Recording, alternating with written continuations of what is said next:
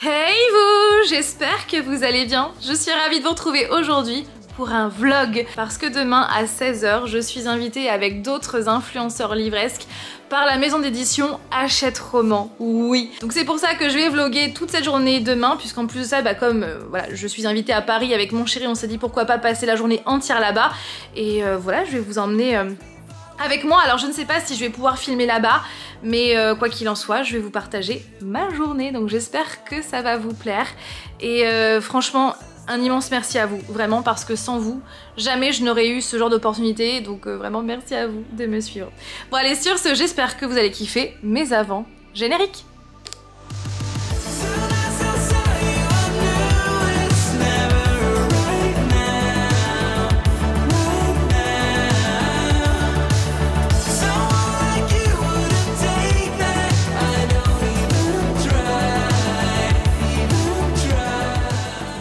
Quand on sort et qu'on sait qu'il va pleuvoir, on n'emmène jamais de parapluie. Du coup, on se retrouve obligé à en acheter un. Heureusement que les petites boutiques, là, les petits boui-boui, ils existent parce que... Les boui-boui, il est quand même grand le boui-boui. Un grand boui-boui. Et en fait, là, on est juste ici. Là. On est près de l'île de la Cité. Et là, en fait, on voudrait à Shakespeare & Co. Je vais vous montrer ce que c'est. Alors, voici la boutique Shakespeare & Company, qui ressemble à ça. En fait, c'est une boutique avec des livres en anglais, que des livres en anglais, donc qui est juste en face de Notre-Dame. Et en fait, c'est là où j'ai acheté pas mal de mes exemplaires de Gatsby, et aussi j'ai acheté ceux de The Mortal Instruments en anglais. Et en fait, ce qui est cool, c'est que quand vous passez à la caisse, vous pouvez avoir un tampon sur la première page. Alors bien sûr, c'est pas obligatoire, mais c'est cool. Ça rajoute un petit truc en plus pour savoir d'où le livre a été acheté. Et malheureusement, je peux rien vous montrer puisque c'est interdit de filmer à l'intérieur. Voilà, du coup, c'est un endroit que je vous conseille.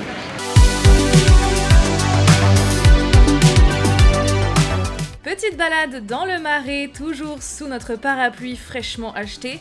Oui, on adore ça, dès qu'on va à Paris, il pleut. Et donc, direction Fleu. Ce sont donc 6 boutiques de décoration. Là, j'étais en train d'expliquer que cette ex-voto, nous l'avions à la maison. Je l'avais acheté au Petit Souk. Et clairement, j'adore les décorations chez Fleu parce que ce sont plein de décorations très originales. Et j'adore les pièces originales dans une décoration. Et regardez, il y a même des lampes à lave. Je lorgne sur une lampe à lave. Franchement, je suis trop fan. Ça me rend nostalgique. Et ensuite, direction le siège social de Hachette Livre parce que c'était l'heure de mon événement avec Hachette Roman. Et regardez l'entrée de ce bâtiment. Franchement trop stylé. Regardez-moi cette bibliothèque avec bien sûr tous les livres publiés chez le groupe Hachette Livre. Franchement, cette entrée, elle est dinguissime. Vous avez l'accueil d'un côté. Voilà. Puis cette bibliothèque, elle est fantastique. Dites-moi ce que vous en pensez en commentaire.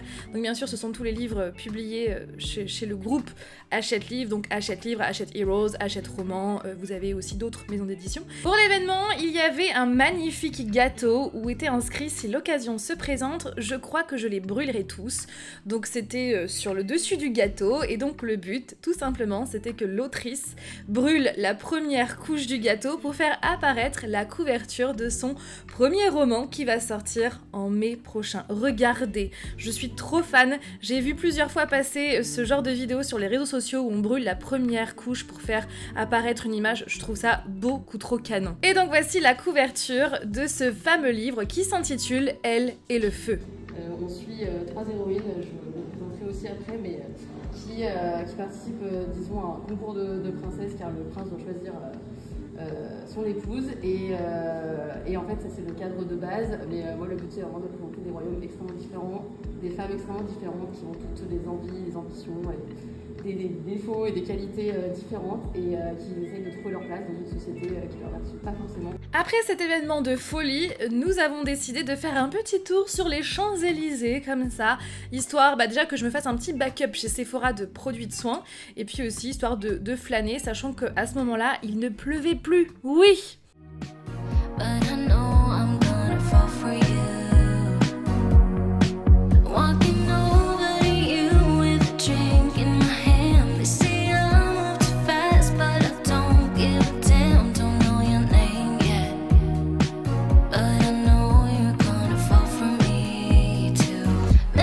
Cinematic, love like fire on the beat.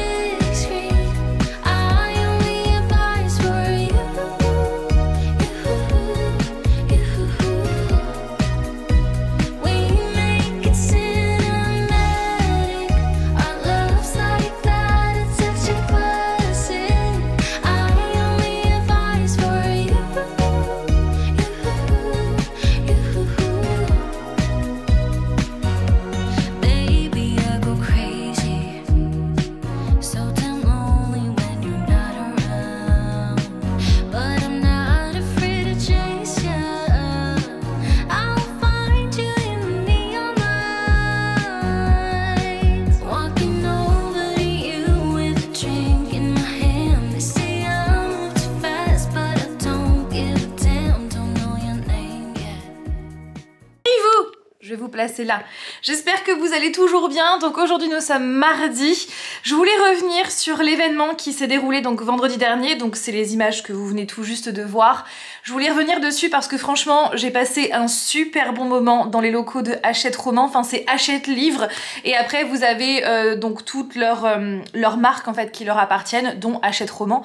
Et donc j'étais invitée par Hachette Roman et c'était beaucoup trop bien franchement. Donc nous étions invités, nous les partenaires de Hachette Roman, pour tout simplement faire un cover reveal, donc pour découvrir une couverture d'un roman qui va sortir au mois de mai prochain. Franchement la cover reveal était juste de qualité et c'était beaucoup trop bien puisque j'ai pu bien discuter, nous avons bien pu discuter avec l'autrice qui est donc Alice Doublier. Nous avons bien aussi discuté avec l'éditrice, enfin franchement c'était trop bien, on a pu bien échanger sur le livre qui donc va sortir au mois de mai prochain. Donc voici la couverture, Elle et le feu, par Alice Doublier, donc chez Hachette Roman. Et je suis vraiment contente parce qu'on a pu repartir avec les premières pages de ce livre, donc c'est trop bien, je vais pouvoir le découvrir.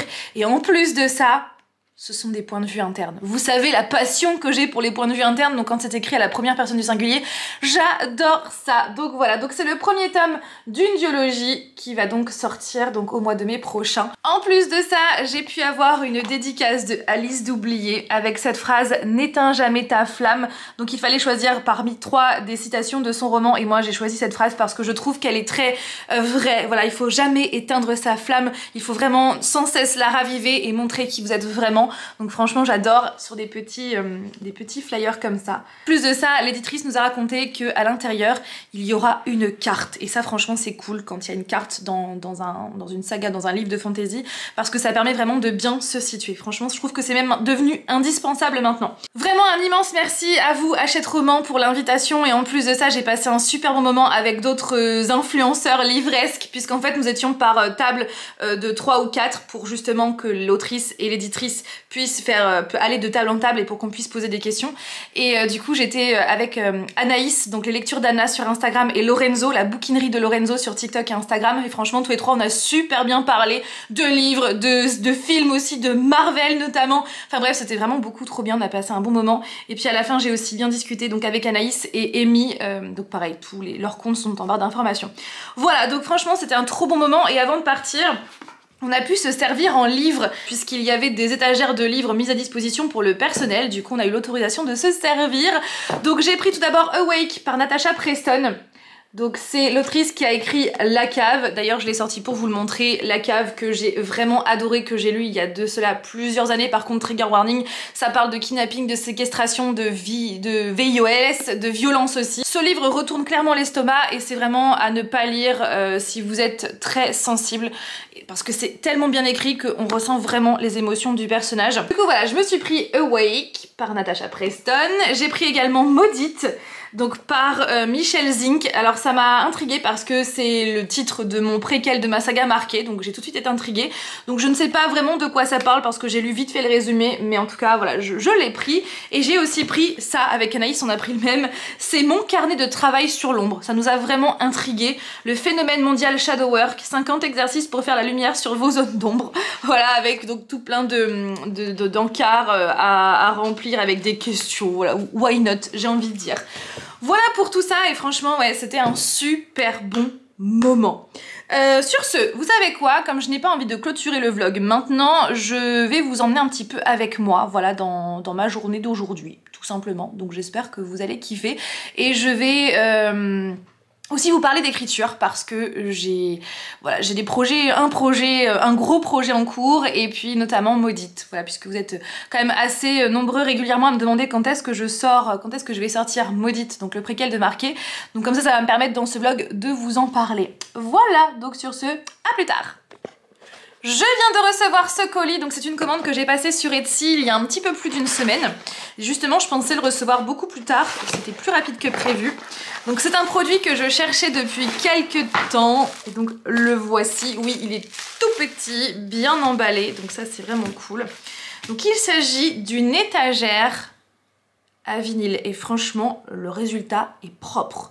vraiment hyper canon, donc ouais c'est sûr c'est fait à l'imprimante 3D, mais franchement le résultat est nickel. Donc c'est une petite étagère où est marqué Now Playing, donc en ce moment est en train de jouer on va dire, et du coup c'est pour mettre un vinyle. Comme vous pouvez le voir, le résultat est franchement nickel, je suis extrêmement fan.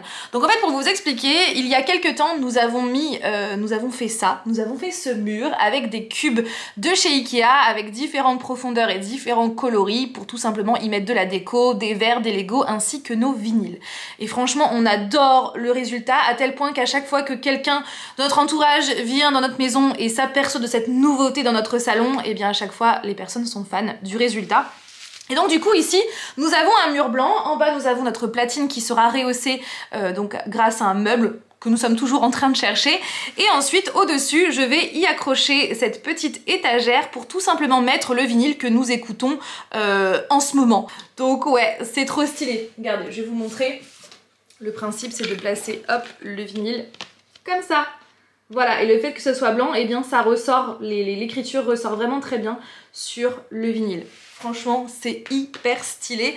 Donc ce produit existe aussi en noir, je crois, donc chez le vendeur chez qui je l'ai acheté. Et après, je sais qu'il y a d'autres designs chez d'autres vendeurs. Donc je vous mettrai le lien en barre d'informations, ça peut vous intéresser, sachant que je l'ai payé 22 €, frais de port compris. Donc je trouve que c'est vraiment très bien pour quelque chose réalisé, voilà, artisanalement. Donc c'est cool. Voilà, et en plus de ça, il y a les vis et les chevilles. Donc ça, c'est vraiment trop bien. Ah, j'ai hâte qu'on l'installe. Alors je vous retrouve devant mon ordinateur puisque là j'ai écrit précisément, je vais vous dire, j'ai écrit 661 mots, sachant que j'ai un objectif de 1000 mots par jour au minimum. Donc là je suis vraiment contente d'avoir écrit déjà 661 mots, sachant qu'il n'est que 13h45, donc c'est vraiment bien. Donc qu'est-ce que je voulais vous dire, oui, donc ma saga marquée va avoir un préquel, comme vous le savez, qui s'appelle Maudite, et donc du coup j'en suis à 55 991 mots précisément, sachant que je pense qu'il fera bien plus que 60 000 mots. Et donc pour le moment, donc mon histoire se divise en 3 parties, et donc pour le moment j'ai terminé la première partie et la troisième partie qui est quasiment terminée, il me manque plus que le chapitre final, et la seconde partie elle est on va dire finie à 80% je dirais. Il manque encore quelques chapitres et quelques liaisons entre certaines scènes, entre certains chapitres. Alors oui, effectivement, vous allez me dire, mais attends, t'as fini ta troisième partie alors que la deuxième n'est même pas finie. Alors oui, moi je fonctionne comme ça. D'ailleurs, quand j'ai commencé à écrire Maudite, j'avais écrit un chapitre, voilà, une scène très forte de la troisième partie. Je l'avais écrite sans penser que ça allait devenir le préquel de ma saga marquée. C'est après que quand je l'ai terminé, je me suis dit, mais attends, ça matcherait trop bien avec l'univers de Marqué. Et donc c'est là que je me suis dit, mais pourquoi pas écrire un préquel? Donc c'est comme ça que l'idée est venue. Et puis ensuite, eh bien, j'ai commencé à écrire quelques scènes d'autres scènes de la troisième partie. Alors effectivement, ce n'est peut-être pas conventionnel, je pense que beaucoup de personnes qui écrivent, d'ailleurs si vous écrivez, dites-moi comment vous fonctionnez, voilà, ça fonctionne chez vous l'écriture, parce que ouais, pour ma part, c'est vraiment au feeling. J'écris souvent, voilà, je commence souvent par écrire des scènes très intenses, etc. Et j'écris toujours au feeling, voilà, je fais des séances d'écriture, j'écris au feeling, et puis après, on verra comment je peux l'intégrer dans mon histoire. C'est souvent ce que je fais des scènes très importantes, et après j'écris des scènes un petit peu moins importantes pour pouvoir lier justement toutes ces scènes. Alors parfois ça coïncide pas forcément, donc je suis obligée de modifier les premières scènes que j'ai commencé à écrire, et puis voilà, hop, ça vient comme ça, et ensuite je crée le plan, et voilà. Donc c'est vrai que c'est peut-être pas conventionnel, mais moi c'est ma façon de procéder, sauf là pour ma fantaisie, parce que oui, je suis en train d'écrire, enfin non, j'ai pas commencé à écrire, j'ai commencé à faire le plan, presque fini à 80%, j'ai voilà, fait le plan de ma duologie fantasy romantasy que j'ai envie d'écrire depuis longtemps, et ces dernières semaines j'ai eu tellement d'inspiration vis-à-vis de cette fantaisie que voilà, le plan est quasiment fini, je sais où est-ce que je vais, je sais voilà, mes personnages, etc., plus ou moins les péripéties, donc maintenant j'ai plus qu'à me lancer. Donc ça c'est vraiment mon gros projet de l'année 2024, c'est d'écrire cette duologie romantasy, en plus bien sûr de finir Maudite, et aussi j'ai un autre projet d'écriture qui se passe, voilà, c'est de la romance contemporaine qui se passe dans le monde de la musique, voilà, donc je vous en dis pas plus, mais voilà mes projets, et j'ai aussi un autre projet d'écriture, mais qui pour le coup je pense ne verra pas le jour cette année, c'est un projet sur les rêves lucides. parce que j'adore ça, les rêves lucides. En général, mes histoires, je les fais aussi beaucoup comme ça. Je rêve le soir, avant de m'endormir, je fais des rêves contrôlés, donc des rêves lucides, dans lesquels je décide ce que je vais, faire à mes personnages. Et c'est comme ça que naissent beaucoup des scènes de mes livres. Ouais, beaucoup. Donc dites-moi si vous faites des rêves lucides aussi. Moi, c'est super important d'en faire. J'en fais avant de m'endormir. Même des fois, je suis frustrée de m'endormir trop rapidement et de pas pouvoir aller au bout de mes rêves lucides. Donc ça m'arrive parfois le matin, quand je peux faire une grasse matinée, quand je suis réveillée, mais que j'ai pas envie de me réveiller, pas envie d'ouvrir les yeux, et bien je fais des rêves lucides à ce moment-là. Oui, voilà, bref, hein, chacun sa méthode. Mais voilà comment je fonctionne. Et voilà, donc pour mes projets, donc au niveau en ce qui concerne Maudite, il va sortir cette année. Je peux pas vous donner de date précise parce que je sais que ça vous intéresse très fortement pour les personnes qui ont déjà lu ma saga marquée. Je ne peux pas vous donner de date précise parce que je n'ai clairement pas envie d'être en dehors des délais et j'ai pas envie de me mettre, alors moi j'adore les deadlines, j'adore fonctionner avec un coup de pied aux fesses, mais là pour le coup, j'ai pas envie puisque c'est quand même le dernier livre de ma saga. Peut-être qu'un jour je ferai des spin-offs, peut-être, avec les autres personnages de ma saga marquée, mais en tout cas, à l'instant T, ça va être le préquel, le dernier livre, en fait, de ma saga. Donc j'ai envie de faire les choses bien et j'ai surtout envie de répondre à toutes vos questions, toutes les questions qui sont certainement restées en suspens dans ma saga marquée, j'ai envie d'y répondre avec ce préquel. Alors après aussi, sachez que, pour les personnes qui n'aiment pas lire des sagas, sachez que vous pourrez très bien lire Maudite, tout seul, parce que c'est vraiment un one-shot, c'est une histoire qui commence et qui se termine dans ce roman. Mais cela dit, si vous avez envie un jour de commencer ma saga marquée, sachez que vous allez être spoilé. Après, si vous préférez lire dans l'ordre, c'est vrai que le préquel, forcément, ça va avant, donc voilà, il faut commencer par ce livre-là, mais vous serez un peu quand même spoilé vis-à-vis de la saga marquée. Après voilà, c'est à vous de voir. Mais voilà, je suis contente vraiment de mon avancée, je suis vraiment contente du rythme que j'ai en ce moment. En ce qui concerne ma fantasy, donc comme je vous l'ai dit, j'ai écrit 80% du plan, donc là pour le coup j'ai vraiment envie d'aller... j'ai commencé par le plan d'abord avant d'écrire une seule scène parce que je veux vraiment avoir un world building très très bien construit et que justement le lecteur puisse en savoir plus au fur et à mesure et que toutes les informations que je vais donner ça coïncide. Surtout, et pour moi je trouve que le world building c'est hyper important, donc le world building ce sont tout simplement les bases en fait de construction d'un monde et je trouve que c'est très important, donc c'est pour ça que j'ai commencé par faire le plan et j'ai trouvé un outil juste incroyable, c'est une carte. J'ai pu créer ma propre carte fantasy sur internet, donc je vous montre juste comme ça. Et aussi j'ai un outil juste incroyable, j'ai pu créer ma propre carte, oui, de mes royaumes, mais vraiment, donc c'est juste trop bien. Je vous en montre pas plus pour ne pas vous spoiler, mais sachez que je l'ai fait sur le site de incarnate.com. Donc ce qu'il faut savoir, c'est que vous avez donc vous créez votre carte avec bien sûr les choses de base, les éléments de base, et si vous voulez beaucoup plus étoffer, avoir des choses un peu plus originales, il faut bien sûr payer. Il y a un abonnement mensuel, mais moi du coup j'ai tout gratuit, voilà, je me fatigue pas avec ça. Je voulais vraiment avoir une carte de base parce que je sais que si un jour je l'auto-édite ou même si j'envoie en maison d'édition, ce que j'ai envie c'est qu'il y ait une carte et que ce soit vraiment basé sur ce que j'avais dans ma tête, donc à savoir la carte que j'ai sous les yeux. Voilà, et je trouve que c'est vraiment très important d'avoir une carte, de construire aussi sa carte, ça permet vraiment d'être bien fixé et puis même au niveau des éléments. Par exemple, si vos personnages doivent aller de royaume en royaume, au moins vous savez où est-ce qu'ils sont situés par rapport à un autre, s'il y a une chaîne de montagnes entre temps, s'il y a plein de kilomètres à traverser, s'il y a plein de villages, etc. Enfin, pour moi, je trouve que c'est hyper important. Donc, incarnate.com, c'est voilà, la base, j'ai envie de dire. Après, de toute façon, en ce qui me concerne, si je l'auto-édite, c'est clair et net que je ferai appel à une illustratrice ou un illustrateur pour pouvoir faire ma carte parce que voilà, ça sera forcément beaucoup plus détaillé que Incarnate avec les avantages de base, j'ai envie de dire.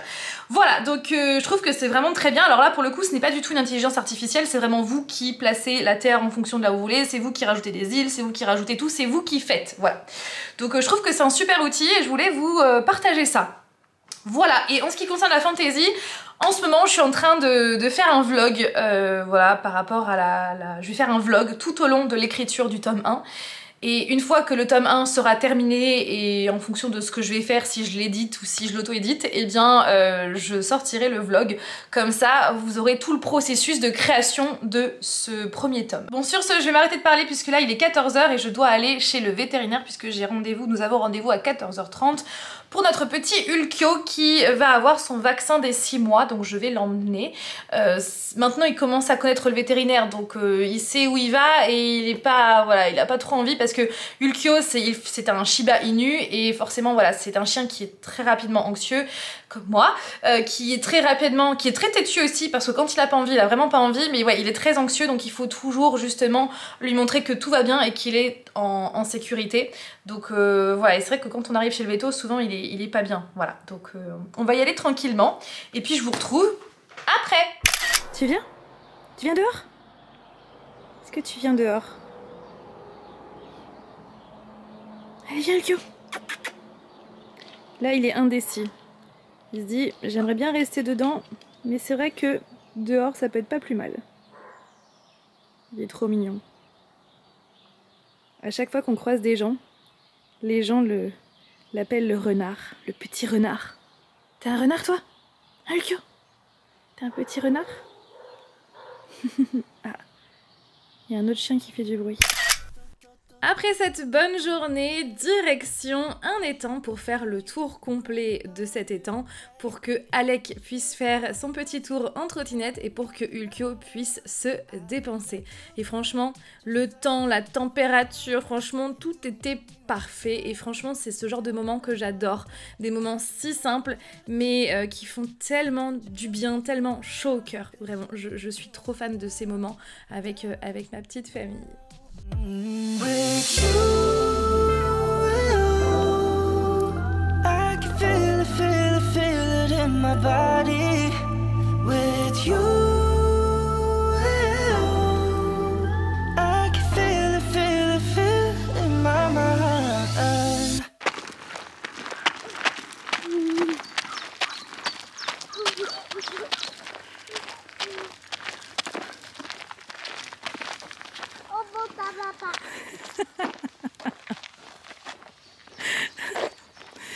T'as demandé quoi au monsieur?